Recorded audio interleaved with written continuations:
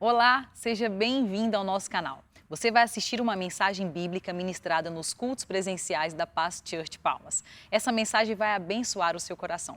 Por isso, queremos pedir que você compartilhe o link dessa mensagem com os seus amigos. Abra o seu coração. Glória a Deus, dá uma salva de palmas para Jesus. Muito bom dia, queridos. Queria que você lesse comigo só um versículo, João, capítulo 5, versículo 11.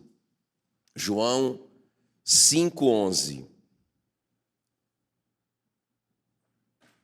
Diz assim a palavra do Senhor: aquele que me curou, esse mesmo me disse, me deu uma ordem: toma o teu leito e anda. Curve a sua cabeça, eu quero orar por você.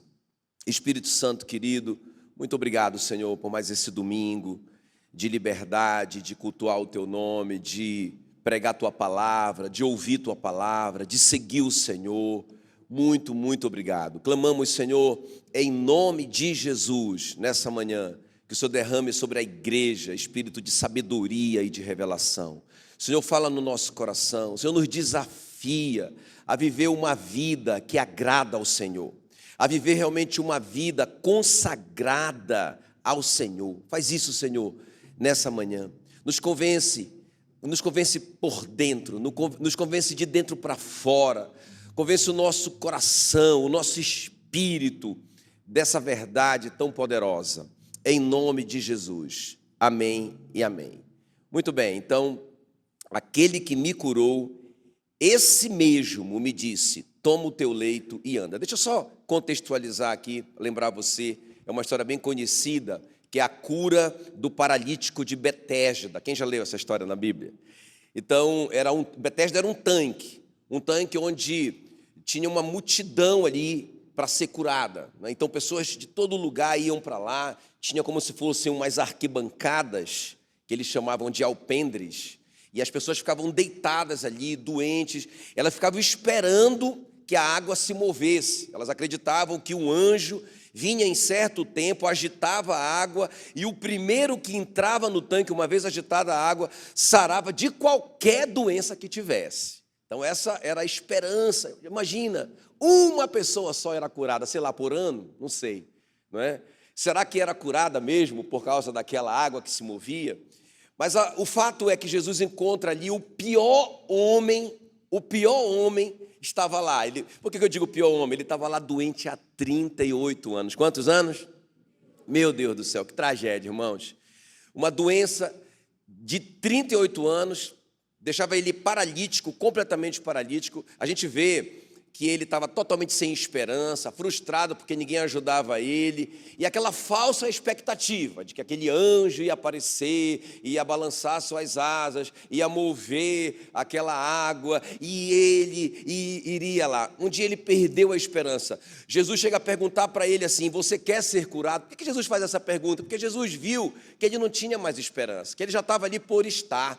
Ele já estava ali só para pedir esmola mesmo, porque ele não podia trabalhar. Ele já estava ali porque ele já estava habituado a estar lá. Irmãos, 38 anos. Olha a resposta que ele dá para Jesus: Senhor, eu não tenho ninguém que ao ser agitada a água me ponha no tanque. Assim, enquanto eu vou, desce outro antes de mim. Aí Jesus dá essa ordem para ele: levanta-te, toma o teu leito e anda. Irmãos, e a vida desse homem muda radicalmente.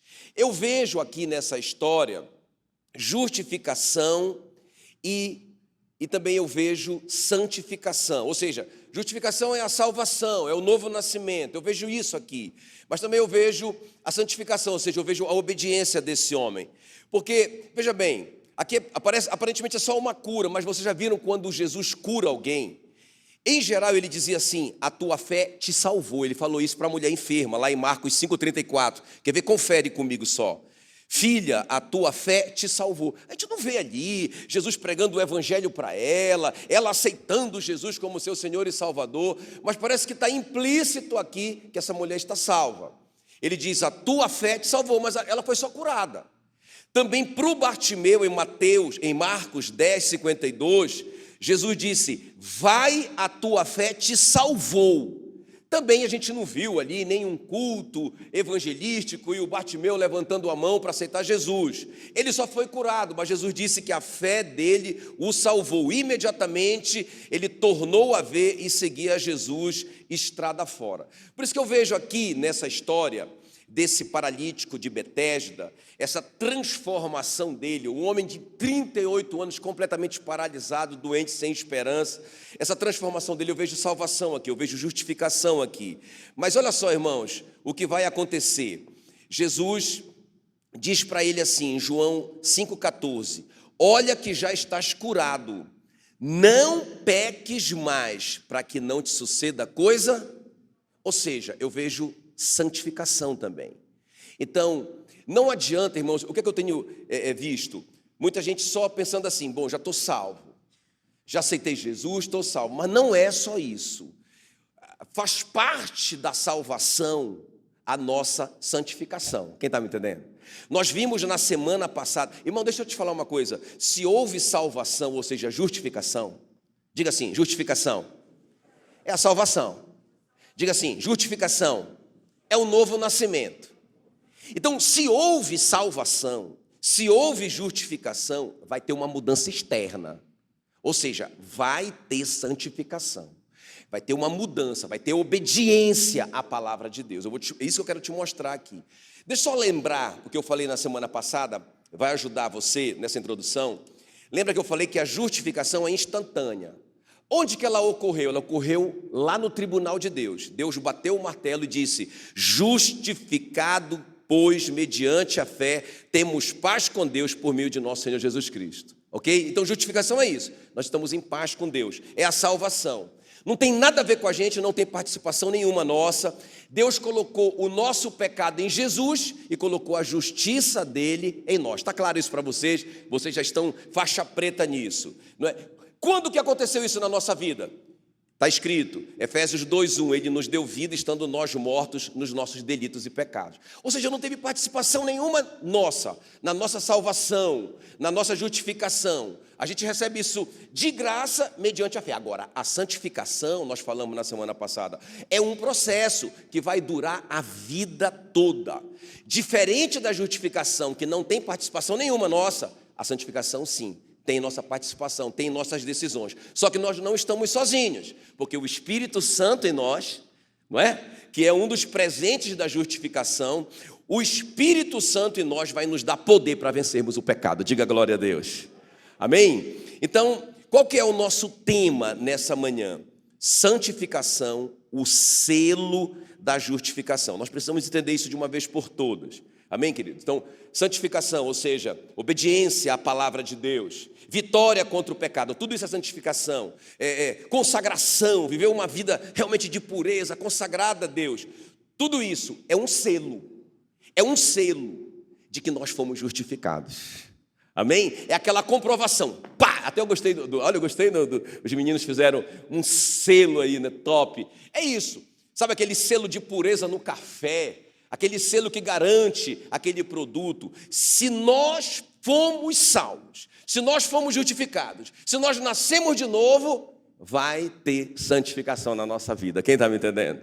Agora, deixa eu te colocar de forma bem prática aqui essas três coisas que a santificação vai fazer na nossa vida. Aí fica bem claro para nós. Então, vamos ver essas três coisas. Em primeiro lugar, a santificação é um testemunho para o mundo. Vamos ver na vida desse homem. Diga comigo, a santificação é um testemunho para o mundo. Então, olha o que diz aí, João 5,10. Por isso disseram os judeus ao que fora curado: hoje é sábado, não te é lícito carregar o leito. Quer dizer, por que você está fazendo isso? Por que você está obedecendo a Jesus? Não é? Aí olha só o que ele responde. Ao que ele respondeu: o mesmo que me curou me disse, toma o teu leito e anda. Irmãos, deixa eu te falar aqui, ó. A nossa santificação, vamos pensar assim, ó. Puxa vida, olha, a santificação é um selo da nossa justificação. Agora, quando eu penso nisso, rapaz, quando eu me santifico, quando eu me consagro a Deus, quando eu decido obedecer aquele mandamento, apesar de ninguém entender, esses fariseus não entenderam porque esse cara obedeceu, não é? Agora, só um detalhe aqui, irmãos. Vocês sabem que a lei do sábado dizia que não podia trabalhar no sábado. Mas por que isso? Para que a pessoa tivesse liberdade para cultuar a Deus. Jesus vai explicar isso. Ele diz em Marcos 2:27, o sábado foi estabelecido por causa do homem, e não o homem por causa do sábado. Não é para o homem ser escravo do sábado. O sábado é para servir o homem. Então, era proibido trabalhar naquele dia. Para quê? Para que o homem tivesse liberdade para cultuar, para adorar, para ir para o templo. Se não fosse obrigatório, ele não iria. Ele ia querer ganhar dinheiro e tudo mais. Então, era uma lei. Agora, esse cara, irmão, não está quebrando nenhuma lei. O que esse cara tem, na verdade, é um pano, um trapo, onde ele não pensa numa cama nos nossos dias, não existe isso para ele. Então ele tem uma esteira ali, sei lá, um pedaço de pano que ele deita ali, como um mendigo. Você já viu um mendigo, na atualidade, com um colchão lá? Se hoje não é assim, imagina naquele tempo, que nem existia essas coisas. Então ele tem um pedaço de pano, onde ele está deitado. Então, irmão, imagina se ele enrolar aquele pano e levar aquele pano embora, ele está quebrando a lei do sábado, isso vai impedir ele de adorar a Deus.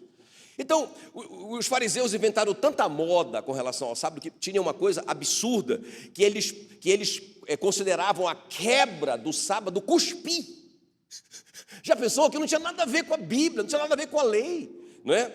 Então, irmãos, Jesus não está ensinando esse cara a quebrar a lei. Agora, presta bem atenção. Eles estão perguntando para esse homem, por que você obedeceu a ele? E a resposta que ele dá, vamos dizer, para o mundo, essa resposta que nós deveríamos dar, ele diz assim, olha, o mesmo que me curou me disse, toma o teu leito e anda. Ele fez muito por mim, por isso que eu obedeci. Quem está comigo aqui? Eu estava 38 anos naquela situação. Ele fez muito por mim, o que ele mandasse eu fazer, eu faria. Entende o que eu estou falando? Então, irmãos, por que nós devemos nos santificar? Por que nós devemos agradá-lo? Porque a nossa obediência, a nossa santificação, a nossa consagração é um testemunho para o mundo. O mundo está de olho em você. Irmão, pensa bem, ele nos deu vida quando nós estávamos mortos nos nossos pecados e delitos. Pensa bem, o Espírito Santo veio habitar em nós. Pensa bem, nós fomos feitos filhos de Deus. Tudo isso de graça. Irmãos, nós temos muito, ele fez muito por nós. Nós temos que responder igual o José respondeu, né? Lembra? Quando a mulher do Potifar deu em cima do José e o José disse não para ela. Olha a resposta que ele deu para ela. Gênesis 39:8. Tudo o que tem o meu Senhor, me passou ele às minhas mãos. Como, pois, cometeria eu tamanha maldade e pecaria contra Deus? Quer dizer, ele tem me dado tanto. Como que eu vou dar esse mau testemunho para você, para o meu patrão, para as pessoas? Então, irmão, deixa eu te falar uma coisa aqui. Por que a gente deveria se santificar? Por que a gente deveria se consagrar a Deus? Por que a gente deveria obedecer radicalmente a palavra de Deus? Porque as pessoas estão de olho. Em primeiro lugar, irmãos, é um testemunho para o mundo. Sabe, quando a gente estivesse se obedecendo radicalmente a alguma coisa, e as pessoas perguntassem assim, rapaz, você está louco de perdoar esse cara que fez uma maldade tão grande contra você? Você está louco de não aproveitar essa oportunidade dessa mocinha que está se oferecendo para você? Não é? A nossa resposta de dizer, rapaz, mas Jesus já fez tanto por mim, eu vou te explicar o que ele fez por mim. E quando seria uma oportunidade para a gente pregar o evangelho, quem está me entendendo? Eu penso que o José pregou o evangelho para aquela mulher sem palavras. Ele disse, eu não posso. Como que eu faria isso? Ele tem me abençoado tanto. Como que eu desobedeceria? Meu Deus, eu não posso fazer isso. Eu não dou conta. Não é? Irmão, presta atenção, o mundo está de olho. É interessante. Todo mundo critica o crente. Aí critica o crente, a igreja, não sei o quê. Ou então ignora o crente. Ah, não, esses crentes, rapaz, tudo é maluco, esses caras. Ignora o crente. Mas se um crente, especialmente um pastor, pisar na bola, irmão, é notícia nacional. Quem está me entendendo? Não é? Eu fico muito triste quando eu vejo uma notícia dessa, envolvendo pastores, envolvendo os irmãos, não é? Envolvendo políticos, crentes. Eu fico muito triste. Mas, irmãos, é porque Satanás, sabe, ele se delicia nisso, quando o crente dá um mau testemunho. Então, a nossa obediência, a nossa santificação, como esse homem está dizendo, rapaz, Os caras estão dizendo, por que você está obedecendo essa loucura que ele está mandando você fazer, rapaz? Todo mundo faz diferente. Ninguém carrega a sua maca num dia de sábado, rapaz. Por que você está fazendo diferente do mundo? Porque Jesus fez muito por mim. O que ele fez por você? Aí ele vai contar a história, é um testemunho. Quem está me entendendo? Ele vai contar a história do milagre. Os caras vão ter que ouvir o milagre de Jesus na vida dele. Ele está falando de Jesus, irmãos. O mundo vai dar uma oportunidade para nós. Entende? Quando eles perguntarem, por que você obedeceu? Por causa disso, por causa daquilo. Entende o que eu estou falando? Então diga comigo assim, a santificação é uma oportunidade, é um testemunho para o mundo, ok? Então, a santificação é o selo, não é? É a comprovação, é a prova de que eu fui justificado. E quando eu pensar nisso, meu Deus, quando eu me santifico, me separo do mundo, quando eu radicalizo, me obedeço a palavra de Deus, eu estou dando um testemunho para o mundo. Segundo lugar, a santificação é expressão de gratidão a Deus. Você pode repetir isso comigo, bem forte. A santificação é expressão de gratidão a Deus. Agora, bem forte, todo mundo, toda a igreja. Gratidão. Não só é um testemunho, escuta bem, não só é um testemunho para o mundo, para aquelas pessoas que não conhecem a Jesus, e é uma oportunidade para a gente pregar o evangelho sem palavras, a nossa santificação, não é? Rapaz, esse cara, por que esse crente faz assim? Por que esse crente é gente boa? Por que esse crente é honesto? Não é? Rapaz, por que ele... Você está pregando o evangelho sem palavras, amém? Aquele chefe que vê você se submeter, né? Ser uma pessoa obediente, trabalhadora, que não fica enrolando, honesto. Esse crente, por que ele faz isso, hein? Porque aquele que me salvou mandou eu fazer assim. Ele mandou? Aí já começa a ter interesse pela Bíblia. Aleluia. É um testemunho, irmão. Agora, não somente isso. A santificação é uma expressão de gratidão a Deus. Não só para o ímpio, não só para o mundo, como um testemunho, mas uma expressão de gratidão ao nosso Deus. Olha só, João 5,11. Aquele que me curou, esse mesmo me disse, toma o teu leito e anda. Veja bem, o que ele está pensando, esse cara, esse paralítico? Meu Deus, cara, se ele me curou, olha só o jeito que eu estava. Eu sei, eu não conseguia nem me mover. Eu não tinha mais nem músculo, eu não tinha força nenhuma, eu não tinha mais nenhuma esperança, eu tinha perdido toda a motivação de viver. Já estava pensando em suicídio, só não me matei porque eu não dava conta de me matar. Não tinha ninguém para me matar por mim. Quer dizer, aí ele vem e com uma palavra só, ele muda a minha história, ele me cura, ele me salva. Não, ele é Deus. Irmão, nós precisamos tomar uma decisão aqui. Escuta bem. Deus é o nosso Deus. Eu gostei da palavra aí, da Tuane. Deus é o nosso Deus. Então, se Ele realmente é Deus, Ele é dono. Se Ele realmente é Deus, Ele é meu rei. Eu sou o seu servo. Então, o que Ele mandar, eu não tenho escolha, irmãos. Eu tenho que obedecer. Eu acho que a questão é que parece que, para muita gente, Deus é um cara lá de cima. Não é? É o meu amiguinho. Irmãos, nós temos que tomar uma decisão. Ele é Senhor, Ele é Rei, Ele é dono. A Bíblia diz que Jesus comprou para Deus um povo pelo seu sangue. Ele é nosso proprietário. Não é verdade? Então, irmãos, eu não tenho outra escolha. Eu tenho que obedecê-lo. Agora, eu tenho que fazer isso não por obrigação somente, mas por gratidão. Então, o que é que eu tenho que obedecer? O que é que eu tenho que obedecer da parte de Deus? O que é que eu tenho que obedecer? Fala aí. Tudo. Não é? Lembra quando faltou vinho e os caras correram para Maria para perguntar o que ela podia fazer e tal? Qual foi a resposta dela, João 2,5? Façam tudo o que ele vos disser. Se tiver alguma falta na vida de vocês, é porque vocês não estão fazendo tudo que ele mandou. Porque se vocês fizerem tudo o que ele mandar, vai dar certo. Então, irmãos, ele mandou amar os meus inimigos, eu vou obedecer. Ele mandou eu perdoar, eu vou obedecer. Ele mandou eu ser santo porque Ele é santo, eu vou, junto com o Espírito Santo em mim, eu vou buscar isso. Ele mandou eu pregar o Evangelho, ir de pregar o Evangelho, eu vou obedecer. Não, mas eu não quero ser pregador, eu não quero ser pastor, eu não quero... Mas Ele não mandou para só pastor fazer isso. Ele mandou cada um de nós pregarmos o Evangelho.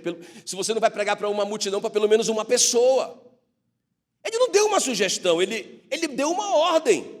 Ele mandou eu buscar em primeiro lugar o seu reino e me garantiu que as demais coisas me seriam acrescentadas. Eu vou fazer. Amém, queridos?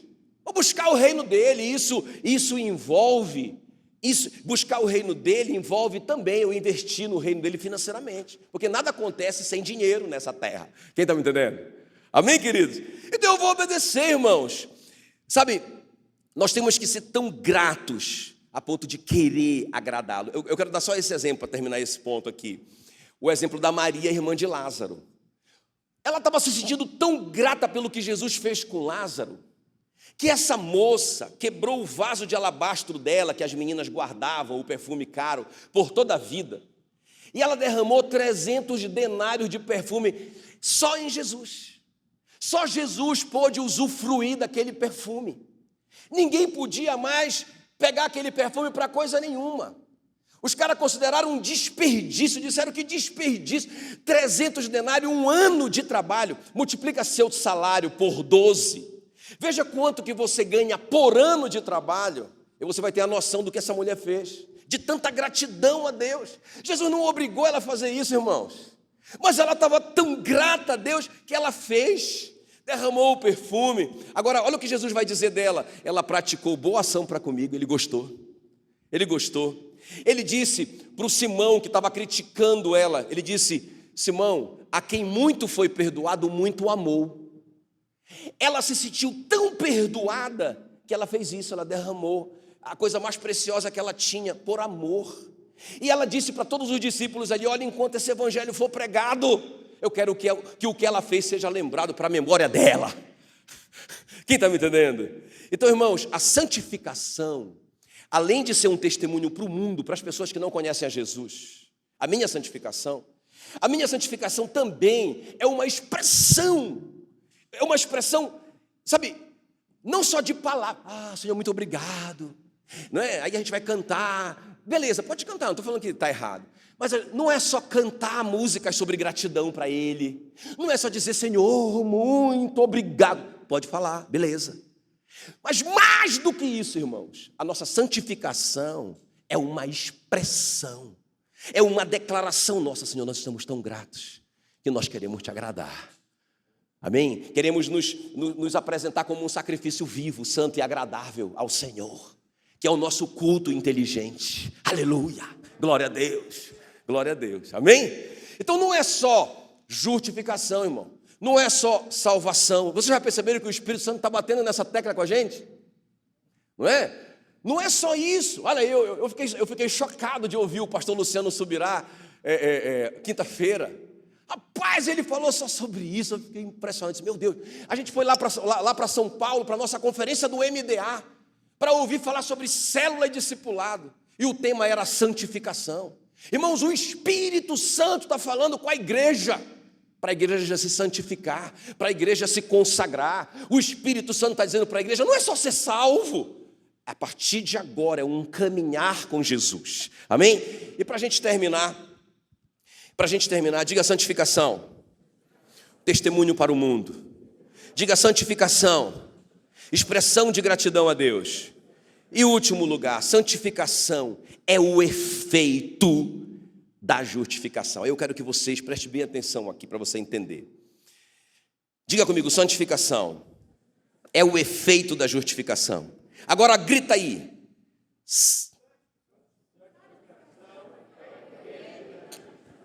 Olha o que diz aí João 5,8.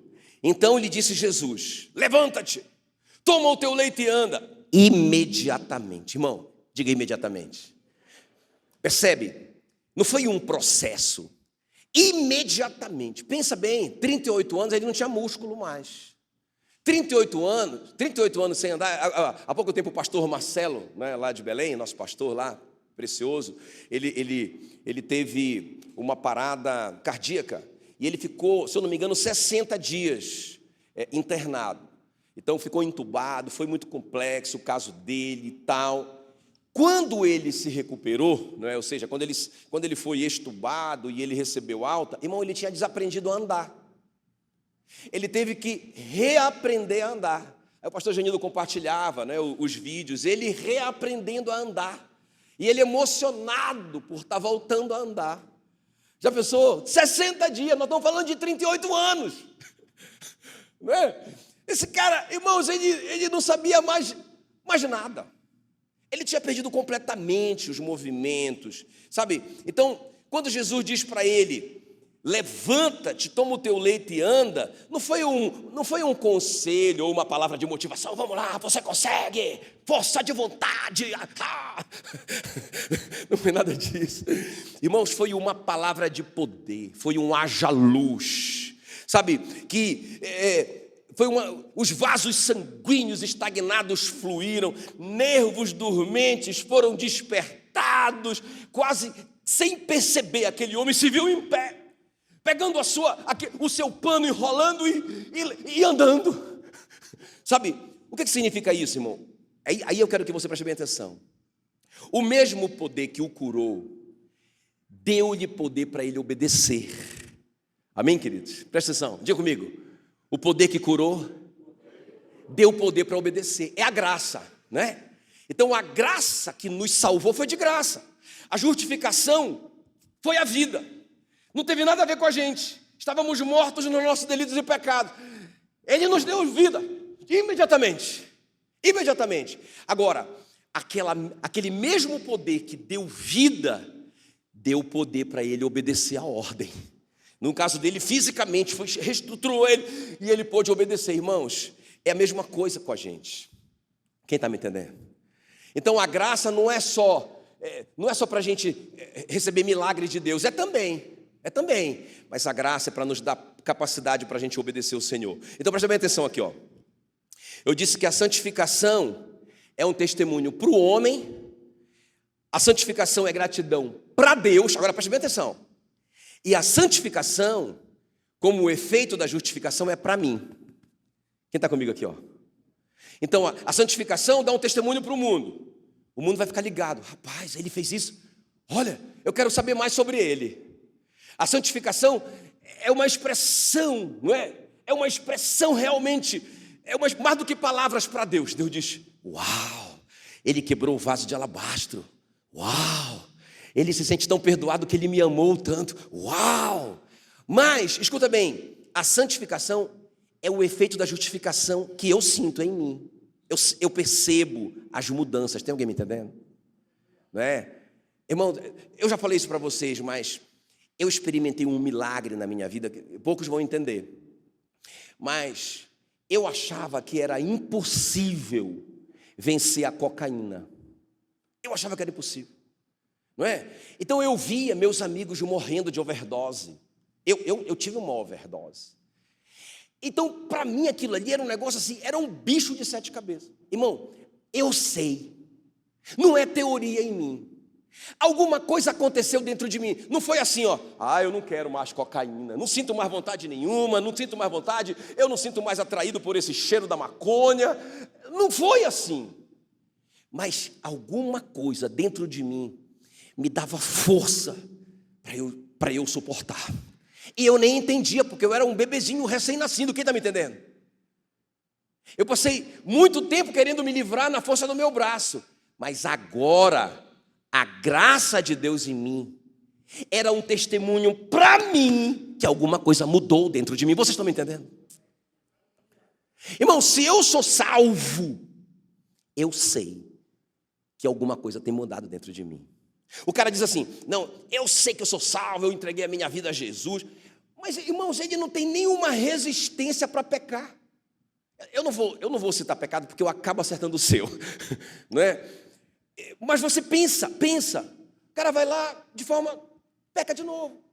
Sou salvo, frequento uma igreja, eu tenho uma religião. Mas eu não vejo uma mudança dentro de mim.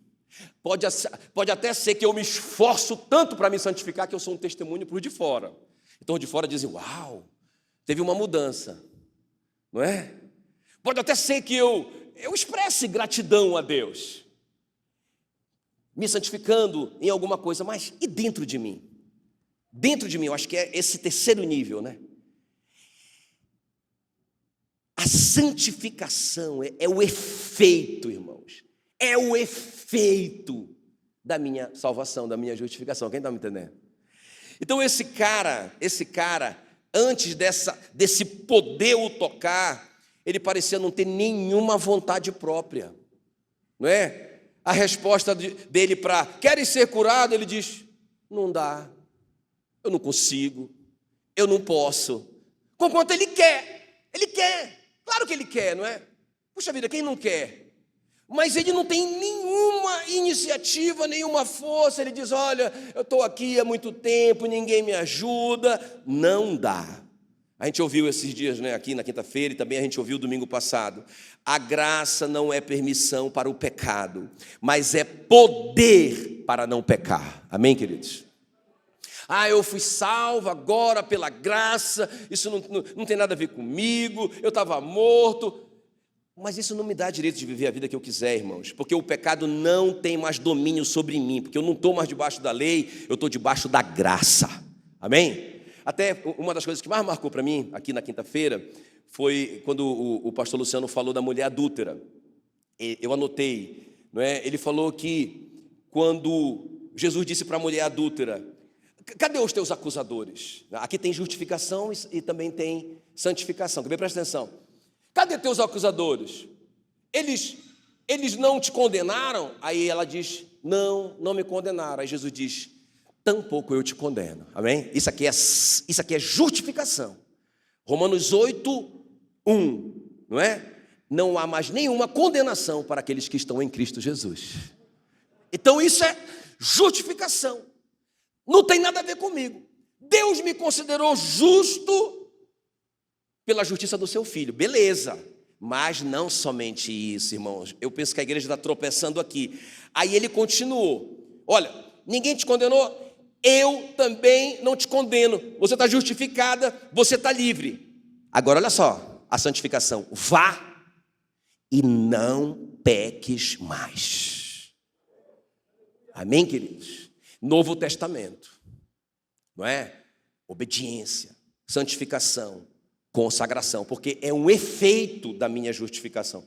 Como que essa graça opera em nós? Como que o Espírito Santo que está aí para a gente vencer o pecado, para nos ajudar na obediência, na santificação, na consagração, como que ele opera? Presta bem atenção.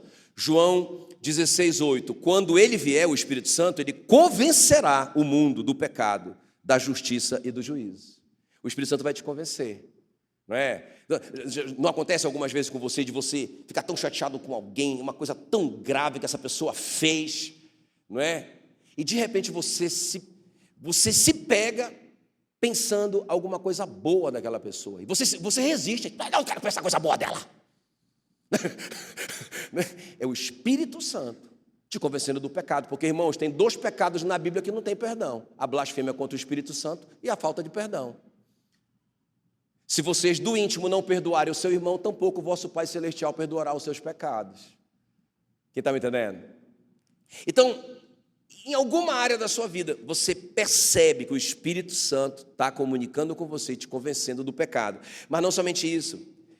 Quem já sentiu uma tristeza profunda, que não sabe de onde? Olha o que diz 2 Coríntios 7:10. É o Espírito Santo às vezes. A tristeza, segundo Deus, produz arrependimento. Então o Espírito Santo dentro de você, colocando uma tristeza. Você fez uma coisa errada ali, que eu não vou citar, não vou dar exemplo. Você fez uma coisa que você sabe, a tua consciência te acusa. Você sabe que está errado. Aí você sai de lá e dá uma tristeza. Dá uma tristeza. Não é, irmãos? É a tristeza segundo Deus te levando ao arrependimento. É assim que essa nova vida, que essa graça em você vai te dar poder para obedecer. Vai te dar poder para vencer o pecado, em nome de Jesus. Amém, queridos? Aí a gente vai chegar ao ponto de falar como José, né? Como que eu posso entristecer o meu Senhor. Não dá, porque Ele me convence, porque Ele me entristece, né? Não tem como. Eu vou viver para agradá-lo. Amém, queridos? Amém? Muito bem, fique em pé no seu lugar.